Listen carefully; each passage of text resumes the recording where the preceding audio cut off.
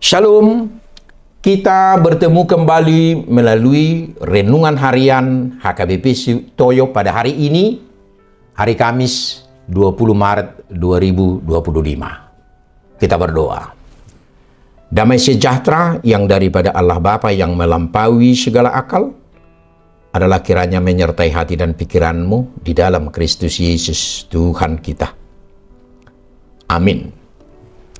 Firman Tuhan untuk kita hari ini yaitu yang tertulis dalam Injil Yohanes pasal 14 ayat 14.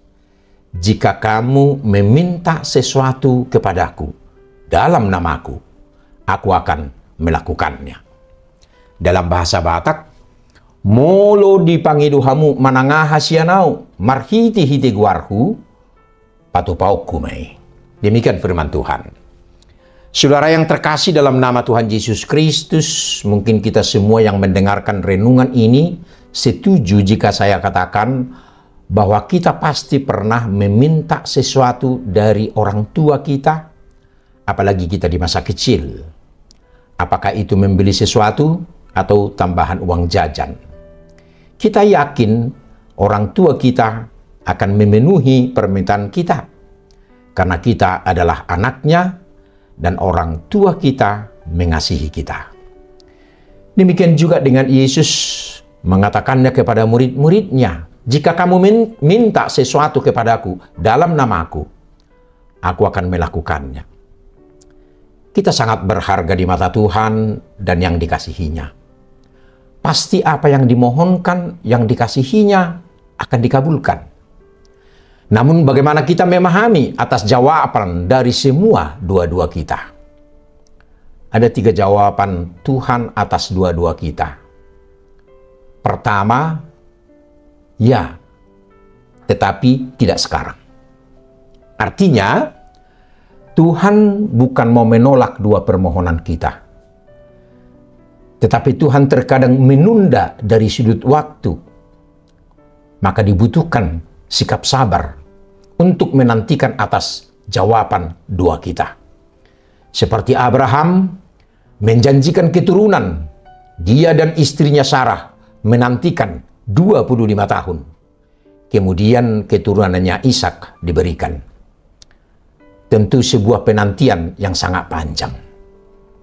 Kedua, aku punya yang lebih baik untukmu. Mungkin kita agak sedikit kecewa dengan jawaban Tuhan seperti itu. Namun satu hal yang harus kita sadari, Tuhan jauh lebih tahu apa yang menjadi kebutuhan kita. Mungkin Tuhan memahami apa yang kita minta darinya. Hanya sebuah keinginan kita saja. Akan tetapi Tuhan mau menjawab kita atas apa yang menjadi kebutuhan kita.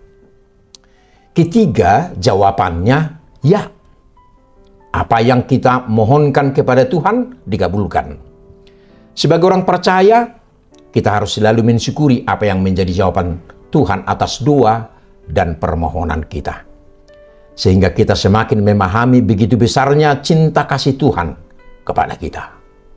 Saudara yang terkasih dalam nama Tuhan Yesus Kristus, tokoh reformasi gereja Martin Luther mengatakan doa adalah napas hidup orang percaya.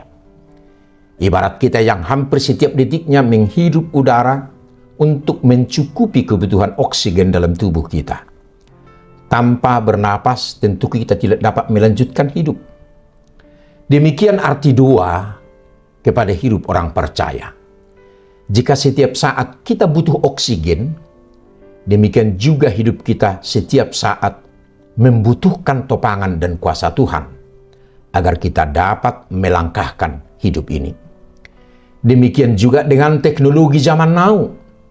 Zaman ini penuh dengan kecanggihan teknologi, terutama teknologi komunikasi. Sehingga kita dapat lebih mudah untuk berkomunikasi dengan rekan bisnis atau mitra kerja, sahabat, orang tua di kampung, dan bahkan memperoleh informasi yang sangat cepat. Semua itu kita peroleh dengan majunya teknologi. Namun kita harus sadar, dalam hidup orang percaya, kita memiliki alat komunikasi yang tidak pernah memudar dan ketinggalan zaman, yaitu doa. Doa adalah alat komunikasi kita dengan Tuhan, alat kita untuk berbicara kepada Tuhan. Melalui doa-doa kita, sampaikan permohonan dan permintaan kita. Tentu dengan harapan Tuhan akan menjawab doa-doa kita.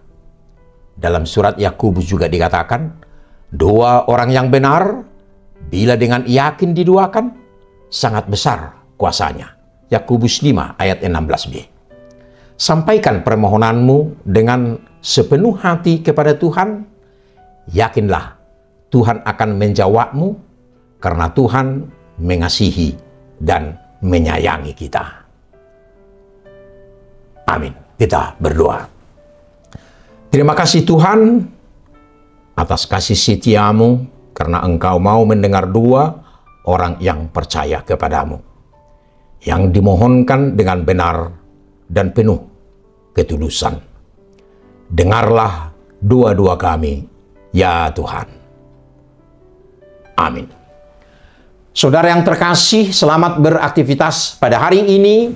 Tuhan Yesus memberkati. Shalom.